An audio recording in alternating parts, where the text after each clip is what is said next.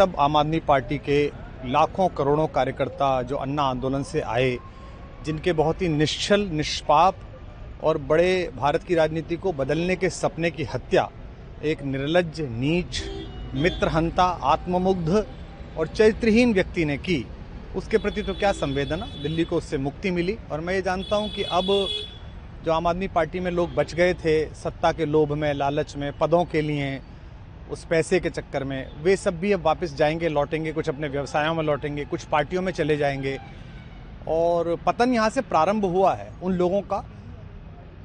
मेरे लिए कोई प्रसन्नता का और दुख का विषय नहीं है, मैं बीच में खड़ा हूँ। प्रसन्नता इस बात की है कि करोड़ों लोगों ने आशा लगाई थी, करोड़ों लोग अपनी नौकरियाँ छोड़ के आए थे, व्यवसाय छोड़ के आए थे, दुश्मनियाँ ली थी लोगों ने, उन सब की हत्या एक आत्ममुग्ध आदमी ने, एक चरित्रहीन आदमी ने अपनी निजी महत्वाकांक्षाओं की पूर्ति के लिए की। उसको दंड मिला, ईश्वरीय विधान से दंड मिला। प्रसन्नता इस बात की भी है कि न्याय हुआ। आज जब कहना नहीं चाहिए, लेकिन आज टीवी पर जब जंगपुरा का निर्णय आया और सामने दिखाई दिया कि मनीष हार गया, तो सदा तटस्थ रहने वाली और राजनीति से विरत रहने वाली मेरी पत्नी जो है, उसकी आंख में आंसू आ गए, वो रोने लगी। क्योंकि उसी से उसने ये कहा था कि अभी तो है ताकत, और उसने कहा था भैया ताकत सदा तो नहीं रहती। तो ये अहंकार आशा करता हूँ अगले लोग नहीं करेंगे, जो बाकी दल है वो नहीं करेंगे, इससे सबक लेंगे। और दिल्ली के नागरिकों को मैं अच्छे शासन के लिए बधाई देता हूँ। अब भारतीय जनता पार्टी अपने नेतृत्व में सरकार बनाकर दिल्ली के जो दुख थे पिछले 10 वर्ष के, उन्हें दूर करे।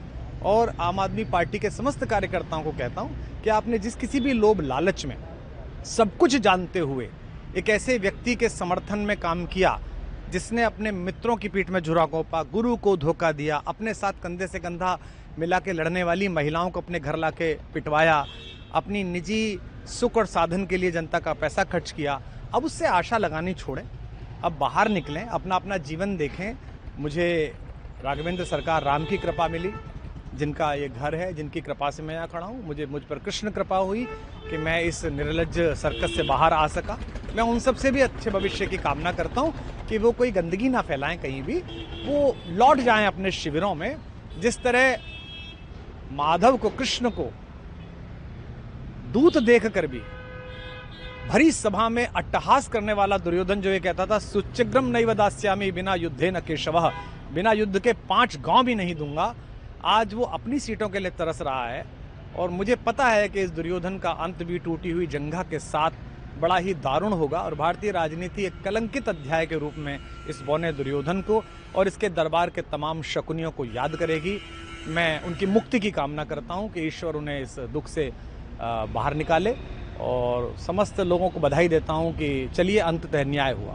सर, बात करें दिल्ली के चुनाव या यूपी के उपचुनाव मिर्जापुर को लेकर, चुनाव आयोग पर तमाम तरह के आरोप लगाए जा रहे हैं। अखिलेश यादव ने कल कहा कि वहाँ उपचुनाव में मिर्जापुर, ये राजनीतिक विषय है, इस पर मैं राजनीतिक कार्यकर्ता नहीं हूँ, तो इस पर मेरी टिप्पणी शोभनीय नहीं है। वो आपस में सब जाने। लेकिन दिल्ली के चुनावों को लेकर एक मिश्रित प्रतिक्रिया है। दुख है कि अन्ना आंदोलन से एक ऊर्जा जो पैदा हुई थी, जिससे देश में एक सकारात्मक बदलाव हो सकता था, एक वैकल्पिक राजनीति हो सकती थी, उसकी हत्या एक अहंकारी आदमी ने, एक आत्ममुग्ध और असुरक्षित आदमी ने कर दी। मैं आशा करता हूं कभी ना कभी भारत में ऐसा सूर्योदय किसी न किसी दल में अवश्य होगा, जो भारत को जहां पहुंचना है वहां पहुंचाने का मार्ग प्रशस्त करेगा।